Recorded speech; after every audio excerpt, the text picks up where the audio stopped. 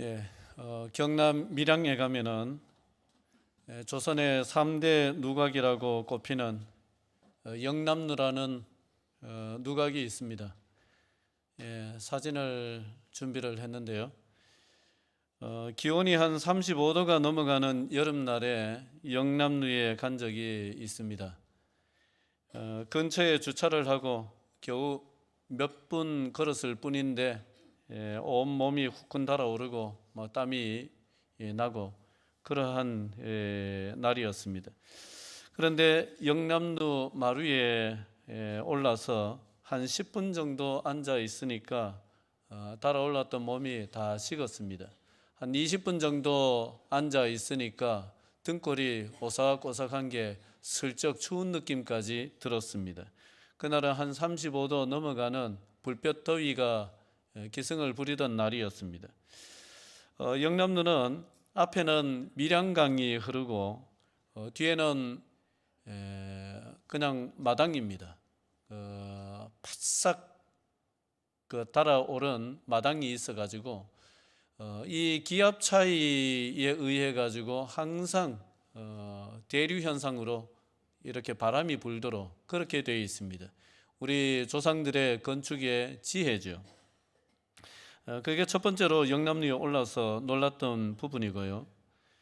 그 다음에 영남루에 올라서 놀랐던 두 번째 것은 마루였습니다. 한 번 더 띄워주시겠어요? 저기에 오른쪽에 그 마루를 찍어놨는데 언제 깐 마루인지 몰라도 전통적인 그 짜맞추기 기법으로 만든 마루는 세월이 지나도 뒤틀린 것 하나 없이 아주 온전한 상태를 유지하고 있었습니다. 물론 관리는 해주고 있으리라 봅니다. 그래서 참 저 마루를 볼 때에 어떻게 만들었길래, 또 목재라는 것이 시간이 지나면 조금씩 뒤틀릴 수 있는데 어떻게 재료를 만들었길래 이럴 수가 있을까 하고 감탄을 하면서 저 마루에 앉아 있었습니다. 우리 조상들은 마루를 깔 때에 주로 상수리 나무, 떡갈나무 이런 나무들을 사용을 했다는 기록을 봤습니다. 그런데 세월이 지나도 뒤틀리지 말라고 이 상수리 나무, 떡갈나무 이 목재를 굉장히 습한 곳에 깊이 묻어 가지고는 오랫동안 몇 년 동안 묵혀둔다는 것입니다. 그렇게 해가지고 모든 뒤틀림 현상들을 다 이제 거치고 난 뒤에 그걸 꺼내 가지고 마름질을 해서 이걸 이제 마루로 쓴다, 그런 것을 본 적이 있습니다. 그렇게 하면은 침향빛 빛깔이 나고 또 세월이 가도 마룻바닥이 틀어지지 않는다고 합니다. 습한 곳에 깊이 묻혀 여러 해를 견뎌냈을 때에 100년, 200년, 300년, 400년, 수백 년을 가도 틀어지지 아니하는 아주 뛰어난 목재로서 역할을 하게 되는 것이죠. 여러분, 견딤이 쓰임을 결정합니다. 같이 해볼까요? 견딤이 쓰임을 결정한다. 다윗에게 불어닥친 역경은 이유 없는 불행도 아니고 목적 없는 고생도 아니었습니다. 하나님의 당금질이었습니다. 연단이었습니다. 분명한 목적이 있는 것이었습니다. 거기에 얼마나 견뎌낼 수 있는가가 앞으로의 쓰임을 결정을 하였습니다. 미쳐서 연일 광기를 바라는 사울의 창을 피해서 다윗은 도망을 쳤습니다. 처음에는 사무엘 선지자가 있는 곳으로 갔지만은 거기서도 발각이 되어서 오래 있지는 못하고 또 이리저리 옮겨 다니다가 이번에는 어디로 숨어들게 되었는고 하니까 베들레헴 남쪽에 한 60리 정도, 25km 정도 떨어져 있는 아둘람 굴이라는 곳에 숨어들게 되었습니다. 아둘람은 그 뜻이 피난처, 은신처 이런 뜻을 가지고 있습니다. 거기는 이제 나무도 있고 또 풀도 있습니다. 물도 어렵지 않게 구할 수가 있습니다. 석회암 지대여서 여기저기 석회암이 침식되면서 생긴 자연 동굴이 상당히 많은 아주 독특한 지형을 가진 곳이었습니다. 근데 그 동굴이 하나가 아니고 여러 개가 있는데 그 동굴 중에 어떤 것은 크기가 수십 명, 아니 100명, 200명이 한꺼번에 들어가도 될 정도로 그냥 지하에 궁궐같이 큰 동굴이 있는 곳이었습니다. 비록 다윗이 왕의 사위로서 누리던 그 안락한 생활은 아니지만은 사울의 추격을 피해서 살기에 딱 좋은 곳이었습니다. 다윗이 모든 환란에서 벗어난 후에 지었던 시편이 시편 18편인데 그 시편 18편에 보면은 하나님을 향한 감격적인 이제 고백으로 시작을 하는데 이렇게 시작을 합니다. 아마 많이 들어보셨을 거예요. 자, 같이 한번 읽어볼까요? 시작. 나의 힘이 되신 여호와여, 내가 주를 사랑하나이다.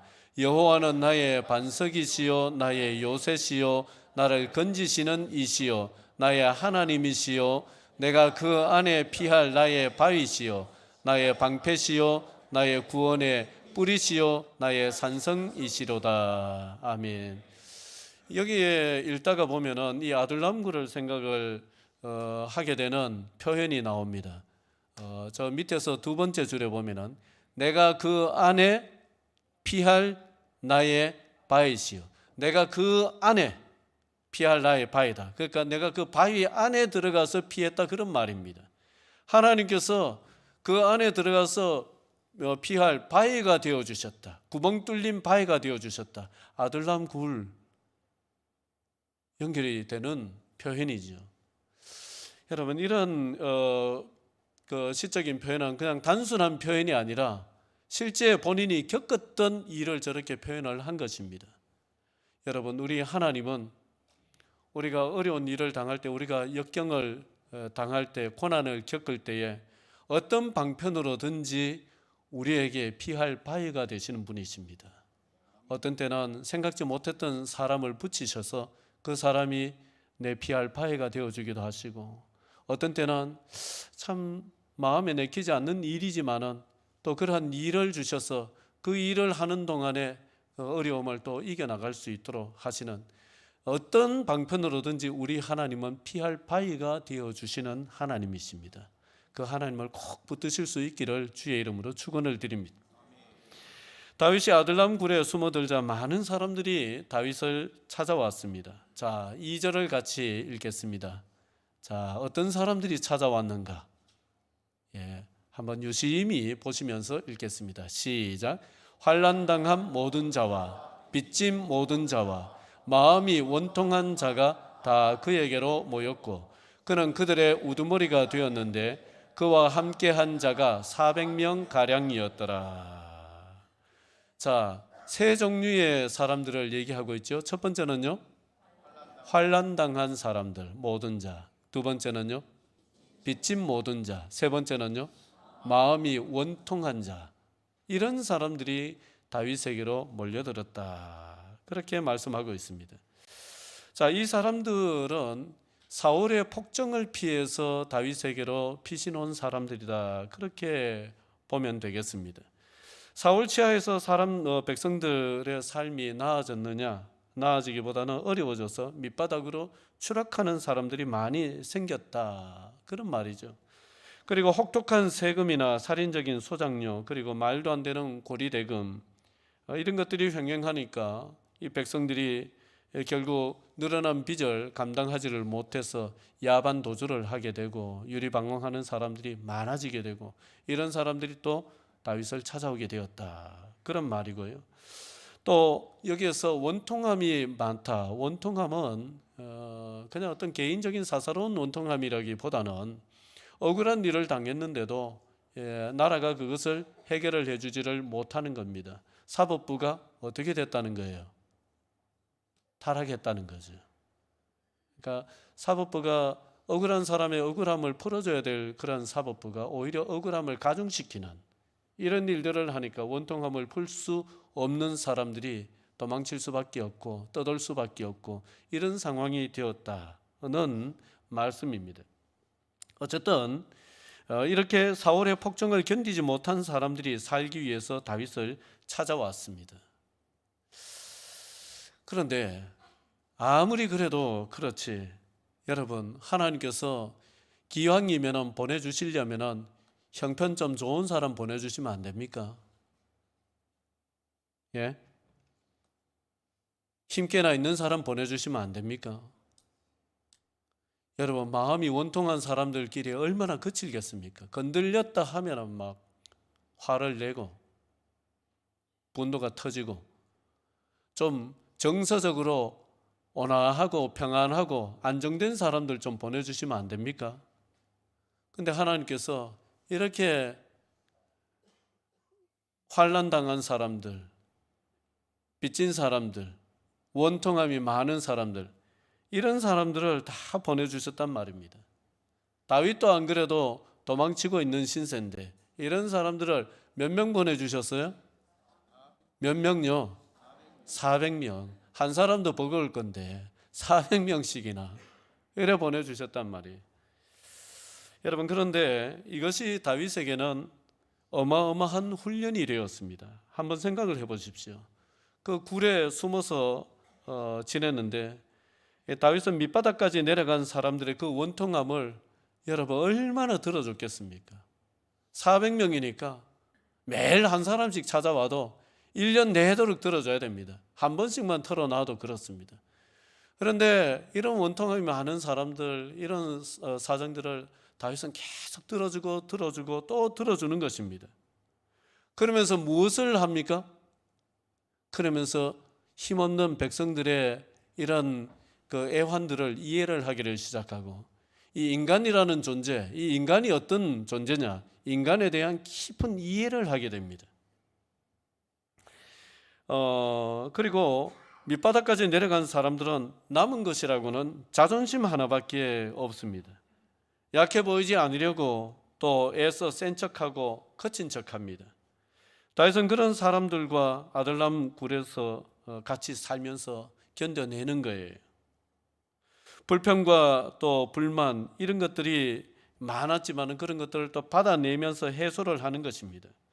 그리고 이 오합지졸의 사람들을 그래도 그냥 내버려 둘 수 없으니까 이것을 또 조직도 하겠죠. 조직도 하고요. 그리고 또 여러 가지 일들을 분배도 하고 행정력도 또 발휘를 하고 이러면서 지내는 것입니다. 이런 일을 하면서 다윗은 사람에 대한 깊은 이해, 이게 많아지는 거죠.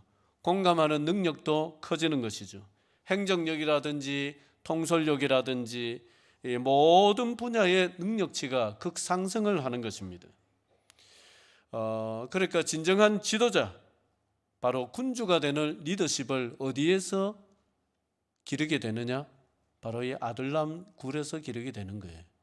그러니까 이 아둘람 굴은 참 처량한 신세가 되어서 숨어 지내는 굴이었지만은 하나님의 계획 속에는 네가 앞으로 군주가 되려면, 왕이 되려면 이런 사람들을 네가 품어내고, 이 참 화가 분이 많고 거친 사람들을 이걸 네가 다 품어내면서 이것을 조직을 해내면서 이것을 통솔을 해낼 수 있을 때에 너는 비로소 군주가 될 수가 있다. 하나님의 군주 학교였습니다.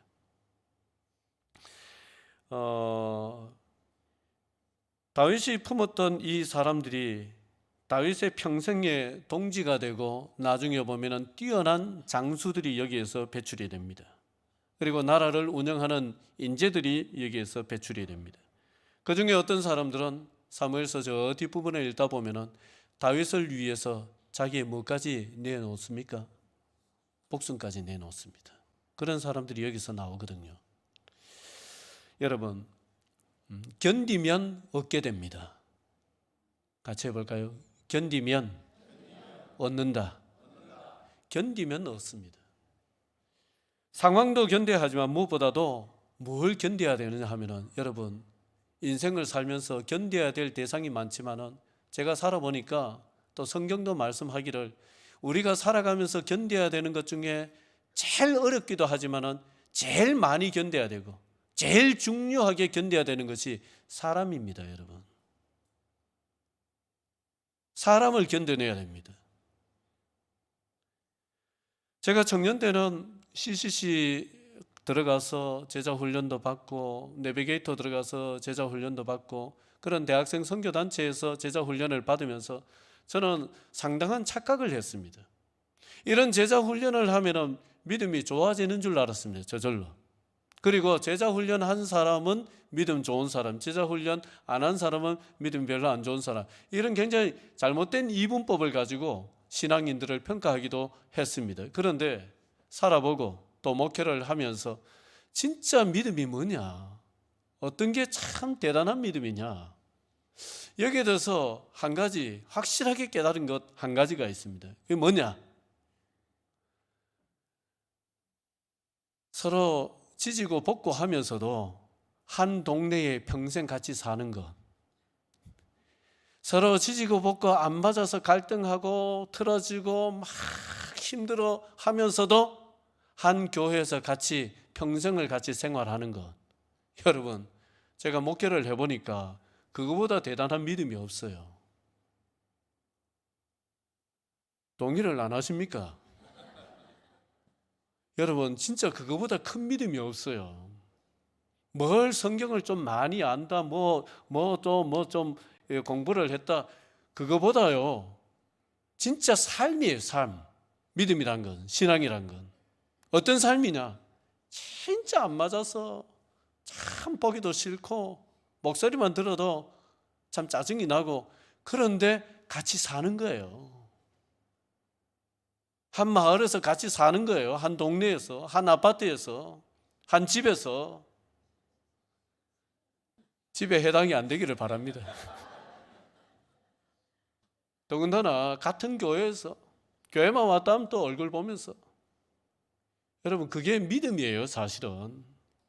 그러면서 또 싫기도 하고 막 시험에 들기도 하고, 그러나 또 다음 주 되면 또 여상스럽게 또 나타나요, 이 교회에, 예배당에. 여러분 이게 얼마나 큰 믿음인지 아세요? 내가 만약에 그런 사람이라면 여러분 스스로에게 얘기해 주십시오. 자기 이름을 불러가면서 영표야 너 정말 대단해. 아니면 내하고 갈등을 빚는 어떤 사람이 있으면 그 사람을 인정해 주세요. 야, 그러고도 또 나타났네. 야, 참 큰 믿음이다. 그거 하나 내가 인정한다. 이게 큰 믿음입니다, 여러분. 여러분, 우리가 사람을 견뎌낼 수 있어야 돼요. 여기에 자녀를 아직도 키우시는 분들이 있으면 우리가 간혹, 저도 뭐 그렇게 기도해 줄 때가 있습니다만은, 우리 누구누구가 세상 나가서 좋은 사람 만나게 해주세요, 이래 기도 안 합니까? 합니까? 기도하죠. 기도 바꾸세요. 이제는 좋은 사람은 어떻게 만납니까? 여러분 살아보니까 그렇게 됩니까? 안 되는데 왜 그런 기도합니까? 그런 기도하지 마세요. 기도를 바꾸세요. 하나님, 우리 누구누구가 세상 나가서 어떤 사람을 만나든지 사람을 소화시켜낼 수 있는 소화력을 가지게 해주십시오. 어떤 사람을 만나든지 견뎌낼 수 있는 사람이 되게 해주십시오. 그래 기도하시기 바랍니다. 여러분, 견뎌야 얻고 견뎌야 쓰임을 받습니다. 다윗이 아들람 굴에 피해 살 때에 사울의 폭정에 시달리다가 견디지 못하고 도망쳐 나온 사람들이 다윗을 찾아왔다, 400명이나 찾아왔다 말씀을 드리고 있습니다. 그런데 여러분, 힘들다고 아무나 찾아갑니까? 어때요? 힘들다고 내가 힘들어졌을 때 아무나 찾아가요? 힘들면은 찾아갈 사람이 더 없어져요. 희한하게. 제가 힘들어 보니까 힘들면은 찾아갈 사람이 더 없어져요. 더 많은 걸 가리게 돼요. 여기도 안 돼, 저기도 안 돼. 힘들 때 어떤 사람을 찾아갑니까? 정말 다른 사심 없이 계산 없이 진심으로 나를 이해해 줄 수 있는 사람 찾아갑니다. 그리고 나보다 약한 사람 찾아갑니까? 여기서 강하다, 약하다는 것은요, 뭐 힘이 세다 이런 의미가 아닙니다. 어떤 사람을 찾아가느냐? 나보다 강한 사람을 찾아가는데 어떤 면에서 강하냐? 어려운 처지에 놓였다 할지라도 그래도 맨날 죽을 얼굴 하고 살지 아니하고 또 희망을 마음속에 품고 있는 사람, 내면이 강한 사람, 좀처럼 꺾이지 않는 사람, 어제 꺾였더라 할지라도 오늘 훌훌 털고 다시 일어나서 한 걸음 두 걸음 걸어갈 수 있는 사람, 정신력이 강한 사람, 여러분 그런 사람 찾아갑니다. 다윗이 그러했습니다. 다윗이 아둘람 굴에 피해 살 때에 다윗에게 뭘 기댈 게 있습니까? 다윗에게 가면 무슨 자리를 할 수 있습니까? 무슨 형편이 갑자기 나아질 수 있습니까? 저 사람도 도망쳐 나온 사람인데 왜 그런 사람을 찾아간단 말입니까? 이유가 있겠죠. 다윗이 아둘람 굴에 피해 살 때 지은 시편이 남아 있습니다. 그게 시편 57편입니다. 자, 시편 57편에 다 읽지는 못하겠지만 제가 이 시편 57편을 보면서 참 놀라운 대목들이 여러 군데가 있습니다. 자, 몇 군데 가지고 왔는데 같이 읽어볼까요? 다윗이 이런 어려운 처지에 있을 때에 뭐라고 노래를 했는가, 기도했는가? 자, 읽겠습니다. 시작. 내 영혼이 사자들 가운데에서 살며 내가 불사르는 자들 중에 누웠으니 곧 사람의 아들들 중에라. 그들의 이는 창과 화살이요 그들의 혀는 날카로운 칼 같도다. 하나님이여, 내 마음이 확정되었고 내 마음이 확정되었사오니 내가 노래하고 내가 찬송하리이다. 내 영광아 깰지어다. 비파야 수구마 깰지어다.